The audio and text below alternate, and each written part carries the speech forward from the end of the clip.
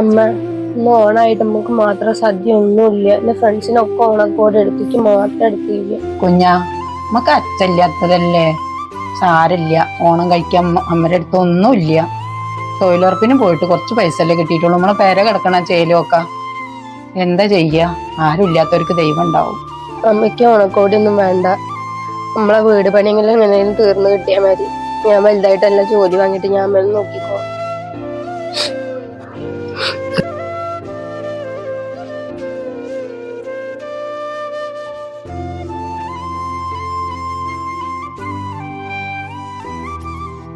ചേച്ചിയെ ഓളോ ഇന്ന് ഓണൊക്കെയാണല്ല.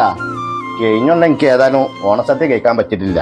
ഈ ഓണത്തിന് ഇന്നത്തെ ഭക്ഷണം എനിക്ക് വേണം നിങ്ങളെ വീട്ടിൽ നിന്ന്. ഓണസദ്യ ഒന്നും ഉണ്ടാക്കിയിട്ടില്ല, ഓണക്കോടി എടുത്തിട്ടില്ല, ഞങ്ങൾ കയ്യിൽ കാശൊന്നുമില്ല. പാക കടത്തിലാണ്, പെരപ്പണി തന്നെ അങ്ങനെ കിടക്കല്ലേ, ദയനീയ അവസ്ഥയിലാണ്. ചേച്ചിയെ നിങ്ങൾക്ക് എന്നോട് ഒരു കാര്യം പറയുകയാണെങ്കിൽ ഓണത്തിനുള്ള എല്ലാ സാധനങ്ങളും ഞങ്ങളെ വീട്ടിൽ എത്തിച്ചേരൂല്ലേ? ഒരു വാക്കിനോട് മുണ്ടിക്കണമെങ്കിൽ പിന്നെ ഞാനൊക്കെ എന്തിനാ നാട്ടിൽ ഇങ്ങനെ നടക്കുന്നത്? ഏതായാലും ഈ ഓണത്തിലുള്ള എല്ലാ സാധനങ്ങളും നിങ്ങൾക്കുള്ള രണ്ടാക്കുള്ള ഓണക്കോടിയിട്ട് ഞങ്ങൾക്ക് വരുള്ളൂ. ഞാൻ പോട്ടെ. മോലാളി ഞങ്ങളെ തെരഞ്ഞെടുക്കുകയാണ്. ഒരു 2000 അർജന്റായിട്ട് തരുമോ? എന്താ ആവശ്യം? ഒരു ചെറിയ ബുദ്ധിമുട്ടുണ്ട്. ഒരു കുടുംബത്തെ സഹായിക്കാനാണ്. കുഴപ്പമൊന്നുമില്ല, എന്നാ തിരിച്ചു തരാ. എന്റെ സമ്പർക്കത്തിൽ നിന്നാണ് കട്ട് ചെയ്താല്. ഓക്കെ.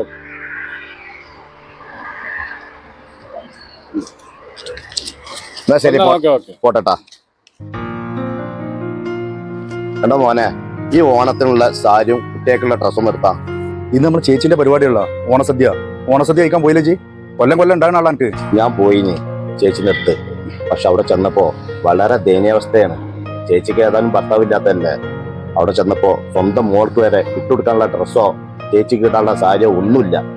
ഓണസദ്യ വരെ പോലും ഉണ്ടാക്കിയിട്ടില്ല. അപ്പൊ എനിക്കൊരു വിഷമം തോന്നിയപ്പോ അവർക്ക് മേടിക്കാൻ വേണ്ടി വന്നതാണ്. അത്രക്ക് പരിതാപകരാണല്ലേ. വളരെ ദയനീയ അവസ്ഥയാണ് അവർക്ക്. ഏതായാലും എന്റെ കുട്ടിയേക്ക് ഞാൻ ഏതായാലും നിൽക്കുന്നുണ്ട്.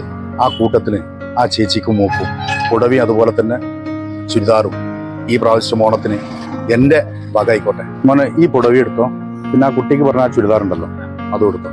മൂസേ, ഇത് ഇന്റെ വക ആ കുടുംബത്തിന് കൊടുക്കണം.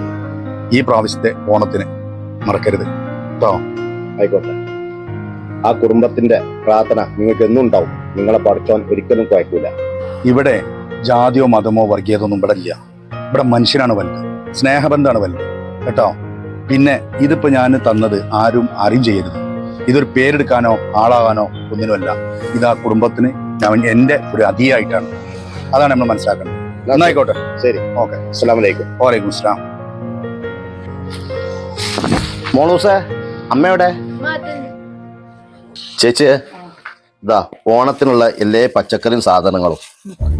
ഇത് നിങ്ങൾക്കുള്ള ഓണക്കോടി, ഇത് മോൾക്കുള്ള ഓണക്കോടി. ഇതിട്ടൊന്ന് കേട്ടാ. ഇത് നിങ്ങളെടുത്ത് എത്തിക്കാൻ ദൈവം എന്നെ നിയോഗിച്ചതാണ്. ഇന്ന് ഞാൻ പോട്ടെ. ചോറുണ്ടിട്ട് പോവാ. ചോറ് ഞാൻ കഴിക്കണില്ല. ഈ സദ്യ നിങ്ങൾ കഴിക്കും. അടുത്ത കൊല്ലം നിങ്ങൾ നല്ല നിലയിലെത്തിയിട്ട് ആ സദ്യ കഴിക്കാൻ നിങ്ങൾ എന്നെ വിളിക്കും. അന്ന് ഞാൻ വരും.